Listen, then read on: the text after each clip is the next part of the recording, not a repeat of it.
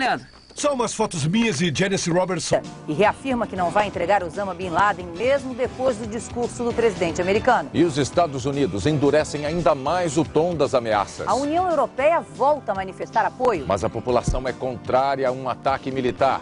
Medo aumenta o rigor no controle de passageiros nos aeroportos. Árabes considerados suspeitos são presos na fronteira Brasil-Paraguai. Prejuízos. A Bolsa de Nova York tem a pior semana em quase 70 anos. E no Brasil, o dólar sobe 10% em apenas 3 semanas. O técnico da seleção divulga a lista de convocados e Ronaldinho está de volta quase 2 anos depois. O Jornal Nacional está começando.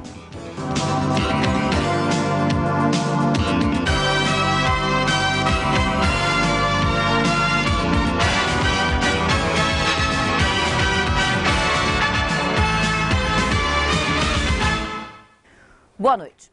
O presidente dos Estados Unidos fez ontem um discurso no Congresso em Washington para o mundo inteiro ouvir. George Bush disse que as nações precisam se unir contra o terror. Acusou Osama Bin Laden pelos ataques do dia 11 e fez ameaças à milícia talibã que controla o Afeganistão. Mr. Speaker, the President of the United States.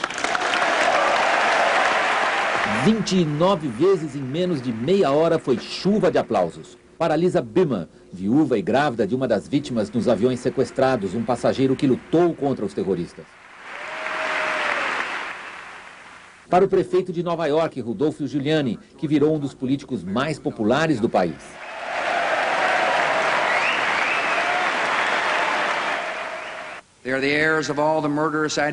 Para palavras duras e fortes pronunciadas pelo presidente Bush. Os terroristas são herdeiros das ideologias assassinas do século XX e vão terminar na vala comum das mentiras rejeitadas pela história, disse Bush. In history's unmarked grave of discarded lies.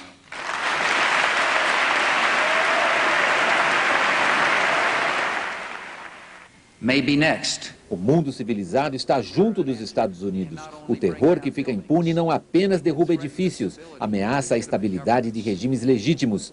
E vocês querem saber de uma coisa? Não vamos deixar isso acontecer.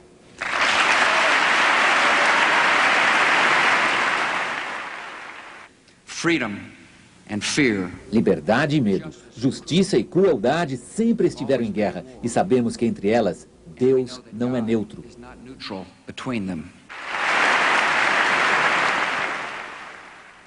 Mas não só de frases eloquentes se faz um discurso.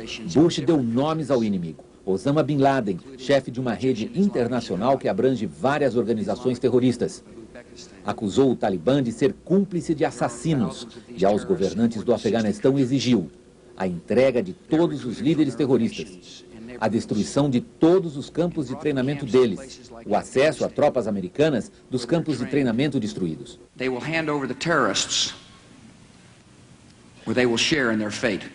O Talibã entrega os terroristas ou sofre o mesmo destino deles, ameaçou Bush.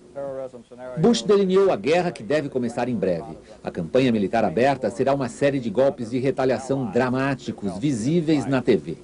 Mas, segundo Bush, tropas especiais serão lançadas em operações secretas que não serão divulgadas nem em caso de sucesso. Será uma guerra nas sombras, com pequenas unidades que dependerão sobretudo de um bom trabalho dos serviços secretos. O presidente disse que a guerra será muito diferente das últimas operações militares comandadas pelos Estados Unidos, como a Guerra do Golfo, da Bósnia ou do Kosovo, nas quais foi muito pequeno o número de baixas americanas. Bush mandou um recado a todos os países. Ou vocês estão conosco, ou estão com os terroristas. Or you are with the terrorists.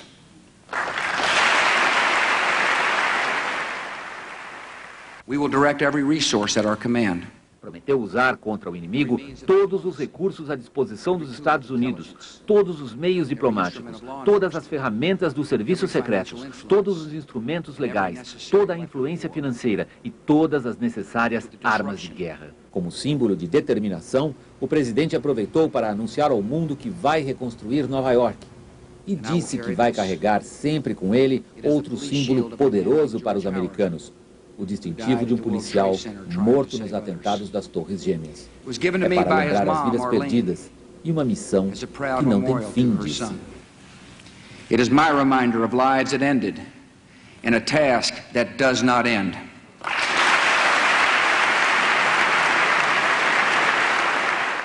O discurso de Bush anuncia uma guerra que promete ser longa, cara, difícil e deve custar muitas vidas. O adversário está em todas as partes e o mundo agora foi dividido pelo presidente americano em dois pedaços. Quem não está a favor está contra os Estados Unidos. Horas depois do discurso do presidente Bush, a milícia fundamentalista do Talibã, que controla o Afeganistão, reafirmou a decisão de não entregar o terrorista Osama Bin Laden.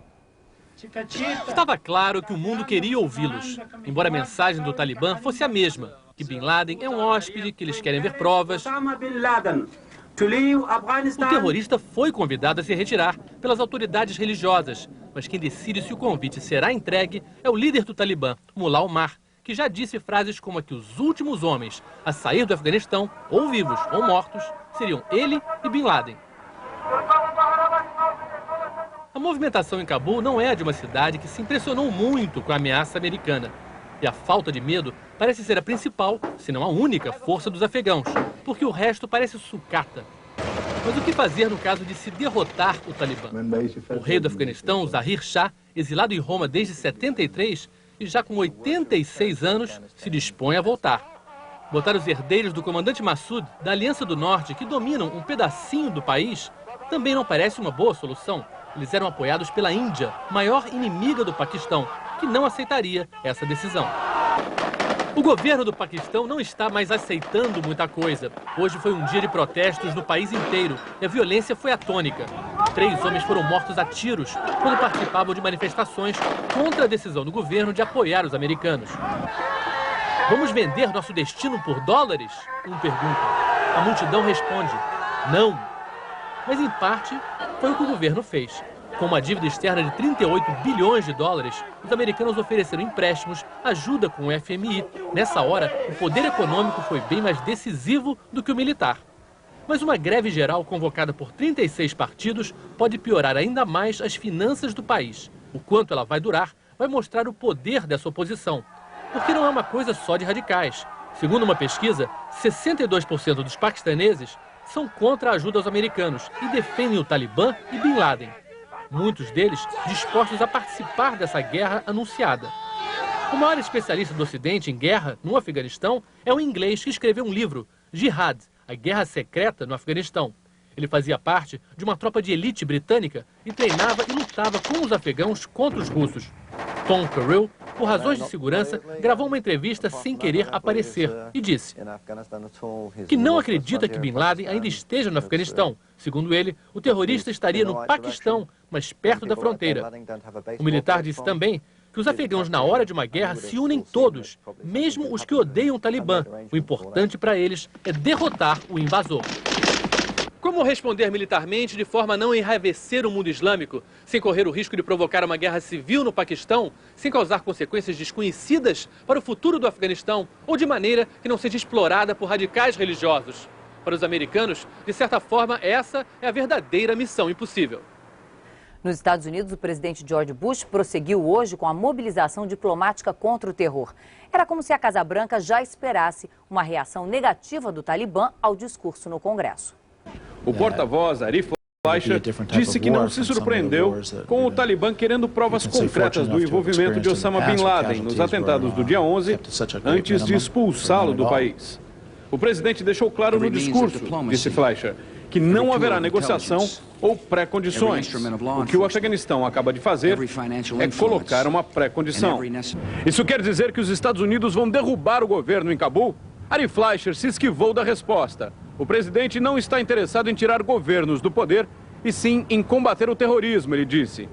A hipótese de que uma coisa acabe provocando a outra, a Casa Branca não quer explorar. O presidente Bush passou boa parte do dia ao telefone. Falou com o presidente da Turquia, o sultão de Oman e o presidente da Nigéria. O ministro de Relações Exteriores da China, Tang Jiaxuan, foi recebido na capital americana com cortesia. Os americanos querem a ajuda dos serviços secretos da China, querem apoio logístico e, principalmente, querem evitar que Osama Bin Laden escape pela estreita faixa de fronteira entre o Afeganistão e a China. As reações ao discurso do presidente têm sido positivas, mas os americanos não aceitam tudo o que ele disse. Ele falou bem, diz esse senhor. Foi firme porque quis e precisava ser. Acho o tom correto, diz essa moça. Só que querer combater terrorismo no mundo inteiro é pouco realista. Esse homem disse, nós não podemos querer livrar o mundo do terrorismo com o apoio de ditadores. E é isso que muitos dos nossos aliados são. No discurso que fez ontem, o presidente Bush anunciou a criação de um posto inédito no gabinete, a Secretaria de Segurança do país. Os Estados Unidos nunca tiveram uma estrutura federal de segurança interna. Num país obcecado com a liberdade, isso nunca pareceu viável ou necessário. Para o professor Robert Lieber, da Universidade de Georgetown, a criação da nova secretaria é essencial. Segundo ele, o país não pode sofrer um atentado como o do dia 11 e manter a mesma estrutura que tinha até então. 40 agências do governo que até agora conversavam mal entre si vão estar coordenadas, ele disse. O país não vai perder a liberdade, vai ficar mais seguro. A opinião pública internacional é contrária a uma ação militar de grandes proporções como resposta aos atentados da semana passada. A conclusão é de uma pesquisa realizada em mais de 30 países, mas a União Europeia reafirmou o apoio à campanha americana antiterrorismo. Nesta reunião de emergência em Bruxelas, os 15 líderes da União Europeia discutiram medidas antiterror como mandados de busca e apreensão válidos para todo o continente. Para o primeiro-ministro Tony Blair, pegar os responsáveis pelos atentados aos Estados Unidos não é apenas questão de justiça. Os terroristas já podem ter acesso a armas químicas, biológicas ou nucleares, diz o primeiro-ministro. É preciso encontrá-los antes que comecem a usá-las. A Grã-Bretanha, onde ninguém é obrigado a carregar nem documento de carro, já pensa em adotar carteiras de identidade. Londres vive a maior operação de segurança já vista na cidade em tempos de paz. 1.500 policiais extras patrulham as ruas da maior capital europeia. A ideia é combater o terror e também proteger a população muçulmana de ataques racistas. O governo de Tony Blair conseguiu abrir o primeiro canal direto de comunicação com o Irã. Na semana que vem, o ministro das Relações Exteriores, Jack Straw, vai a Teherã para discutir a possível cooperação iraniana na luta contra o terror. Enquanto isso, a França quer adotar uma linguagem mais forte. Quem não aderir à luta contra o terror deve enfrentar sanções, defende o governo francês.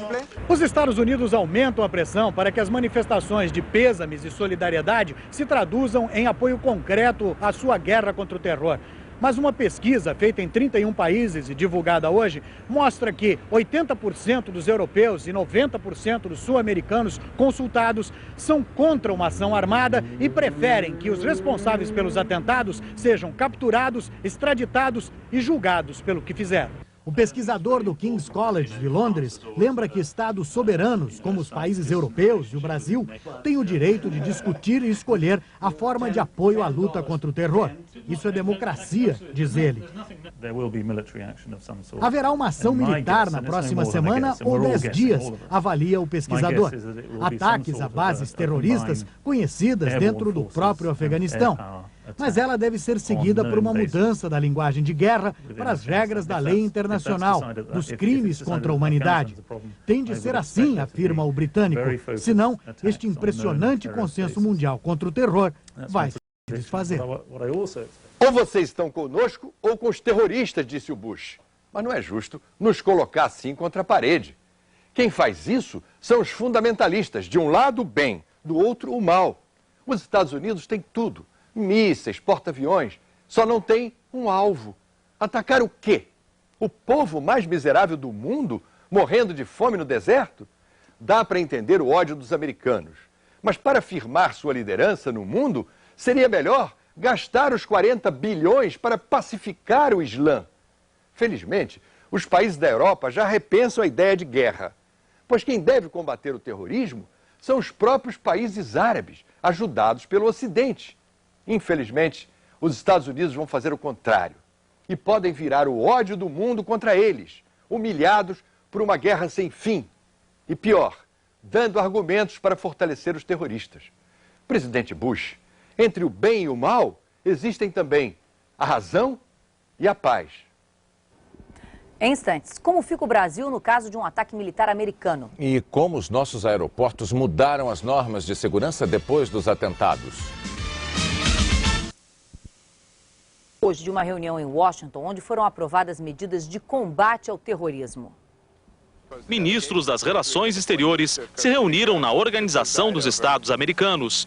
Eles aprovaram uma resolução que qualifica o ataque da semana passada como ameaça à segurança coletiva e determina: se um país tiver base para presumir que alguém em seu território esteja ligado ao terrorismo, devem ser usadas todas as medidas legais disponíveis para perseguir, capturar, extraditar e castigar estes indivíduos. É algo que é também a expressão da nossa solidariedade ao povo e ao governo dos Estados Unidos, e é também uma oportunidade de enfrentar um grande desafio que afeta a paz e a ordem mundial.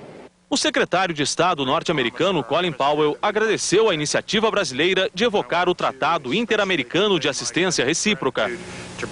O chamado Pacto do Rio foi criado logo depois da Segunda Guerra Mundial para evitar ataques ao continente. O tratado prevê que um ataque armado contra um Estado americano será considerado um ataque contra todo o continente. Entre as medidas que podem ser tomadas estão a ruptura de relações diplomáticas, interrupção parcial ou total das relações econômicas, das comunicações e o uso das Forças Armadas. Quase todas as medidas previstas têm que ser adotadas em conjunto pelos 23 países que assinaram o Pacto do Rio. A exceção é o uso das Forças Armadas. Pelo tratado, cada país tem autonomia para decidir se vai enviar tropas ou não. Na semana passada, um advogado brasileiro foi preso em Nova York por ter feito uma brincadeira com o assunto errado, na hora errada, no lugar errado e com as pessoas erradas. Hoje ele falou aos jornalistas. Nelson Felmanas contou que estava na cidade a trabalho. A brincadeira foi na hora de embarcar para Londres no sábado passado, quando funcionários da United Airlines o abordaram num procedimento de rotina. Perguntado se eu tinha objetos, depois eu respondi que tinha uma arma ou duas armas, pouco importa. Isso provocou a chamada da polícia e fui preso. E passei a noite na prisão. Eu fiz uma brincadeira que é uma forma minha pessoal de extravasar tensão. E eu acho que é uma forma cultural brasileira. A polícia não encontrou armas na bagagem do advogado. Nelson Felmanas foi solto depois de pagar fiança de $1.000. Ele é acusado de obstrução da atividade pública e de falsa comunicação e só poderá sair de Nova York com a permissão do juiz. A próxima audiência está marcada para 2 de novembro. A revista de passageiros e bagagens é minuciosa nos aeroportos americanos e policiais estão sendo treinados para combater o terrorismo dentro dos aviões. Nos aeroportos, nada será como antes. Agora, as malas são revistadas antes de embarcar. Facas e estojos de manicure não entram a bordo. As portas das cabines de comando ficam trancadas. Os pilotos andam armados.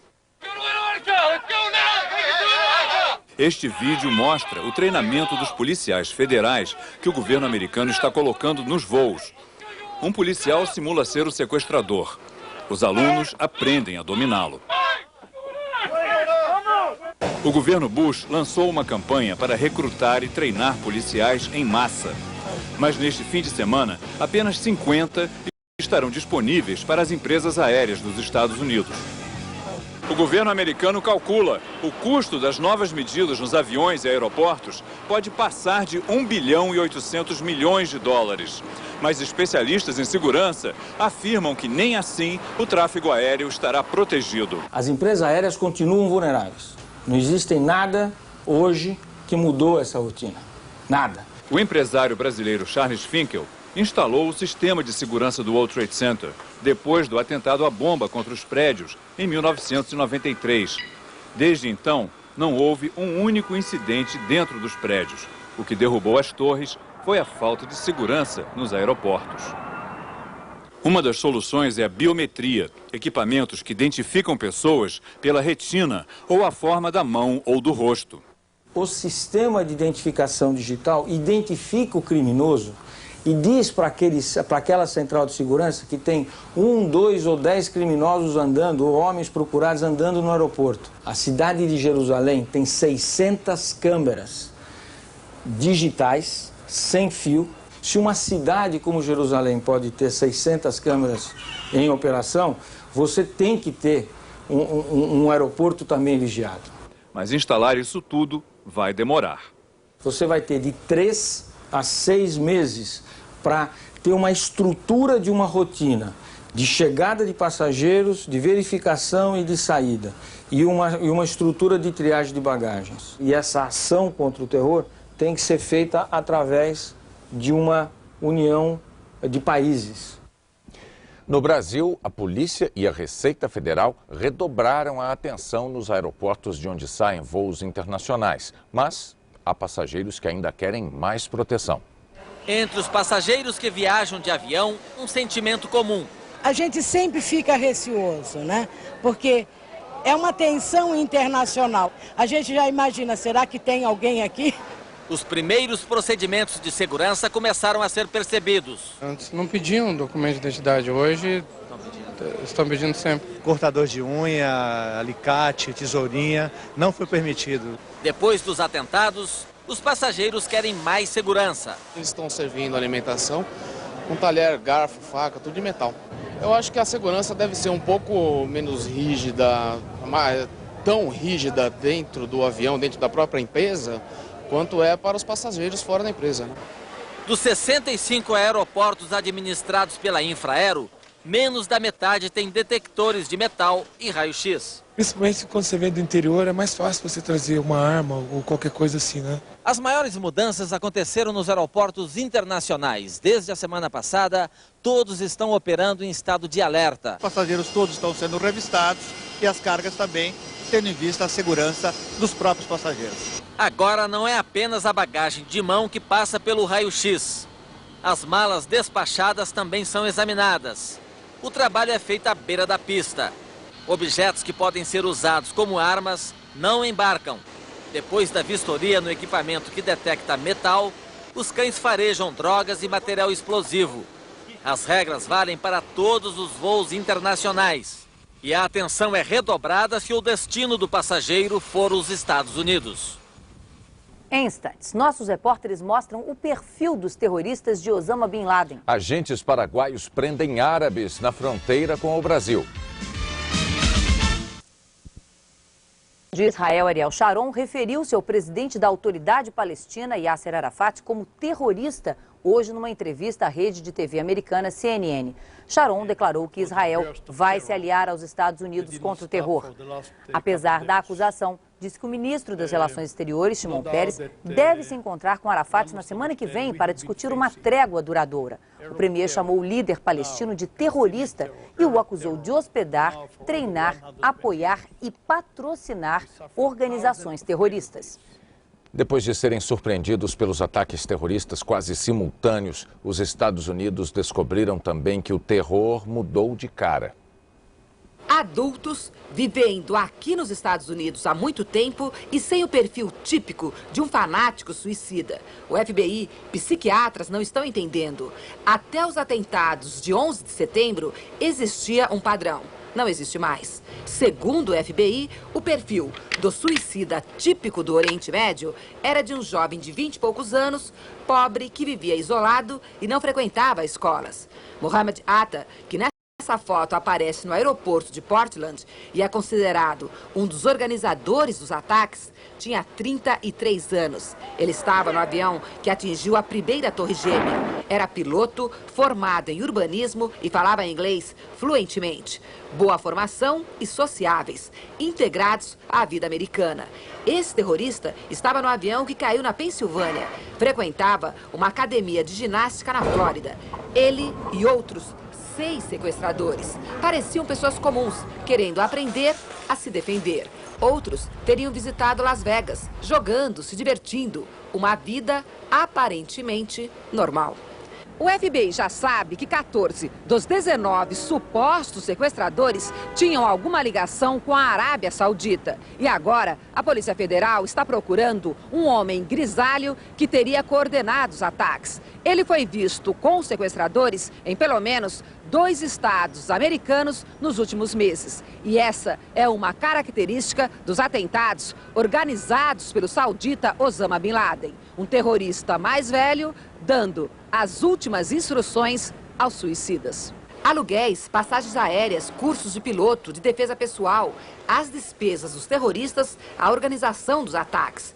É um primeiro cálculo, mas o FBI acha que os atentados podem ter custado 200 mil dólares. O prejuízo que eles provocaram é de bilhões de dólares. Nas fronteiras com o Brasil e a Argentina, a polícia paraguaia prendeu 17 pessoas numa ação contra o terrorismo. As prisões foram pedidas pela Polícia Federal Americana. A Brigada Antiterrorismo ocupou o centro de Cidade do Leste. Agentes encapuzados procuravam suspeitos de envolvimento com organizações extremistas. Nesta loja, eles prenderam o comerciante Abdul Bari Mrida. O nome dele e de mais 6 pessoas de origem árabe que moram aqui aparecem numa lista enviada ao Paraguai pelo governo americano, disse o promotor de justiça que acompanhou a operação.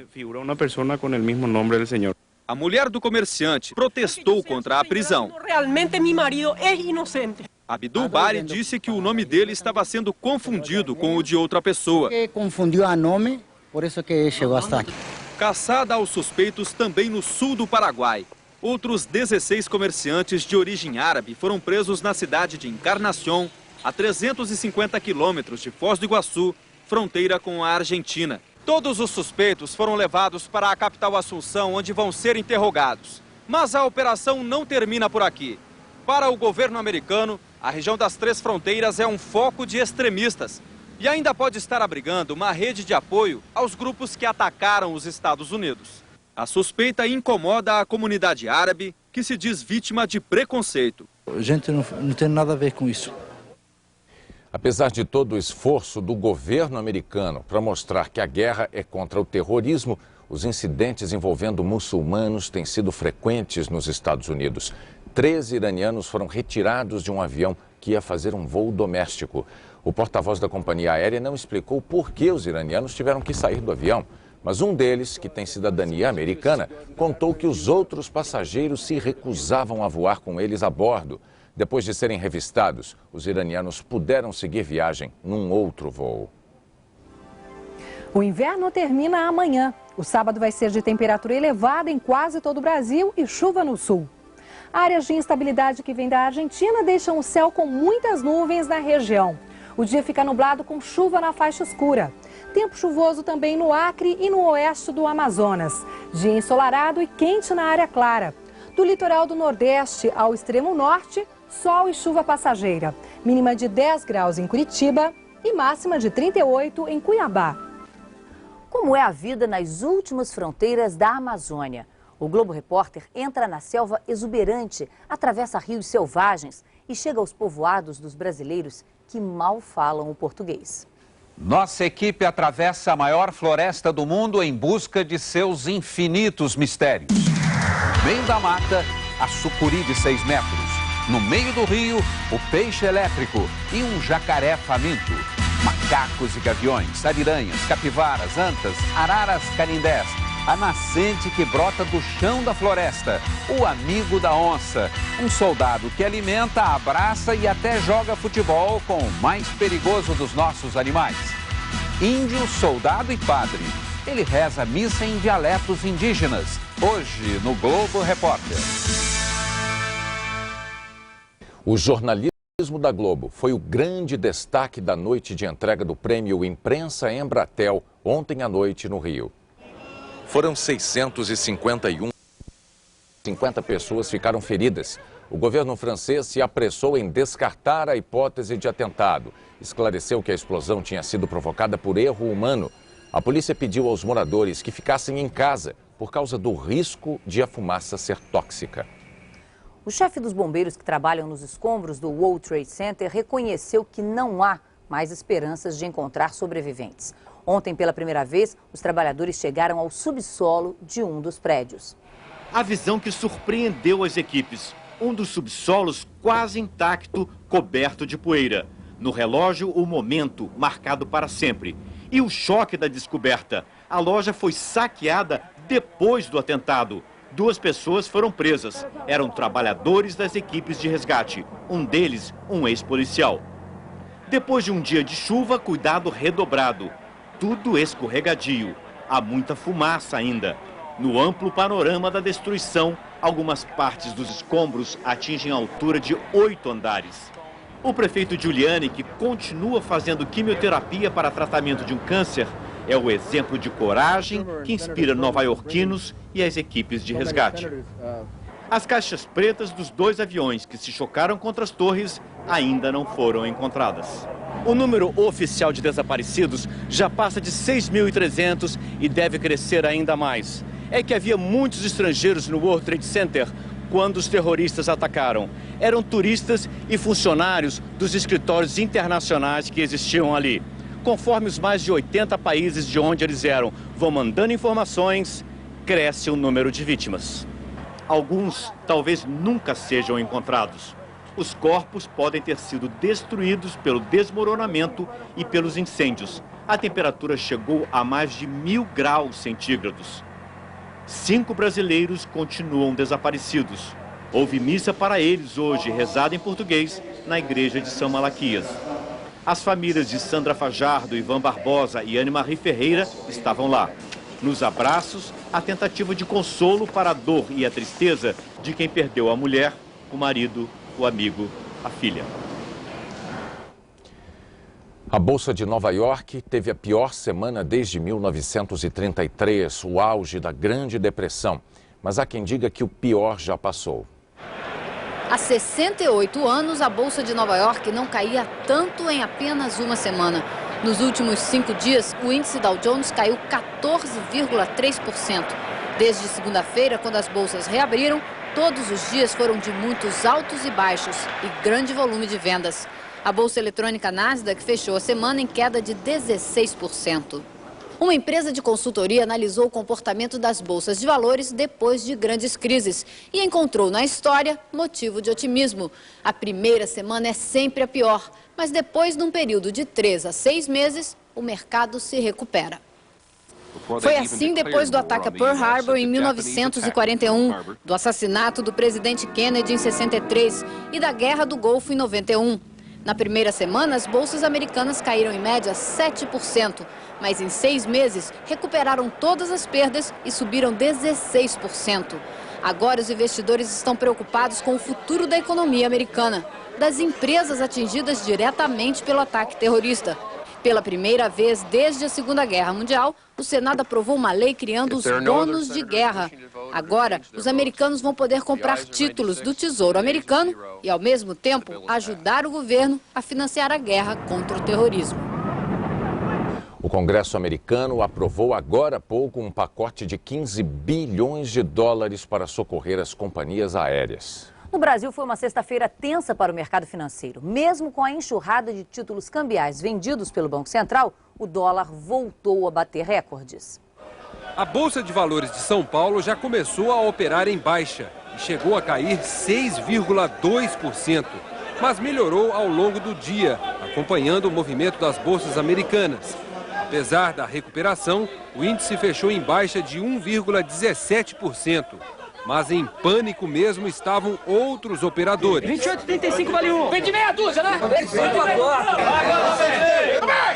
Nas mesas de câmbio, o mercado de dólar teve hoje o dia mais nervoso desde os atentados nos Estados Unidos. As cotações dispararam logo na abertura, o que levou o Banco Central a fazer várias intervenções.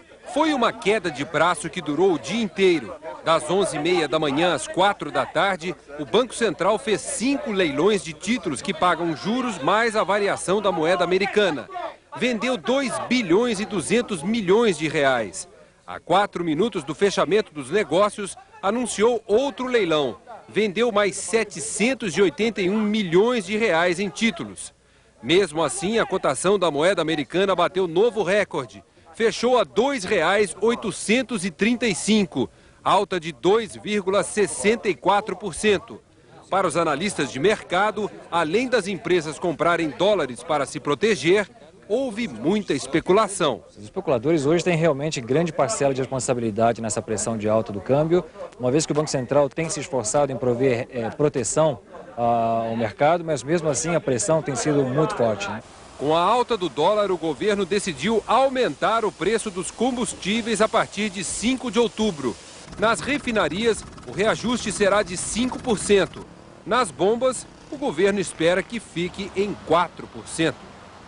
O Banco Central anunciou agora à noite que vai aumentar em 10% o compulsório de todos os depósitos a prazo feitos nos bancos. É um dinheiro que os bancos são obrigados a deixar depositado no Banco Central.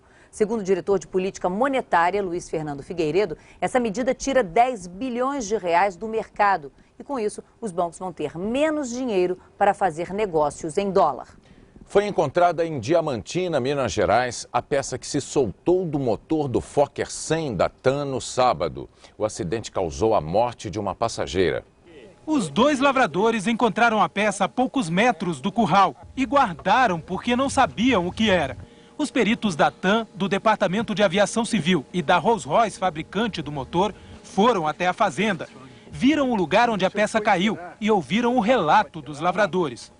O batido que foi buf de uma vez. Um batido no cocô, que era um carro que bateu no trem e derrubou. O voo 9755 da TAM ia do Recife para Campinas quando parte da turbina se soltou e quebrou 3 janelas. Uma passageira morreu e o avião fez um pouso forçado em Belo Horizonte. Os técnicos confirmaram que a peça encontrada na fazenda é um pedaço do fan, a parte do motor que caiu no acidente. Aqui no local mesmo, a peça já passou por uma análise prévia que vai ajudar os peritos a descobrir por que e como a peça se soltou durante o voo. Os técnicos registraram os arranhões, rachaduras e o eixo de fixação quebrado. A peça foi levada pelos peritos. Diria que literalmente é só a peça do centro do quebra-cabeça. Veja a seguir as últimas informações sobre os preparativos americanos para a guerra. E Ronaldinho volta à seleção quase...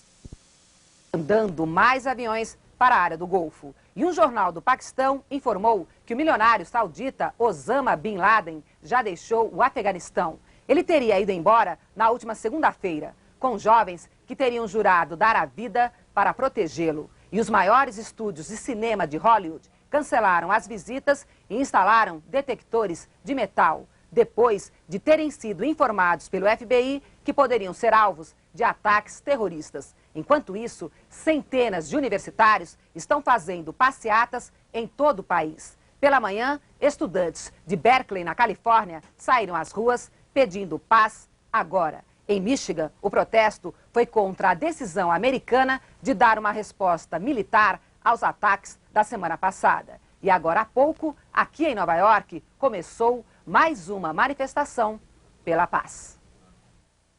Novas informações sobre a resposta americana ao terrorismo você vê durante a programação. E a cobertura completa logo mais no Jornal da Globo. Uma boa noite.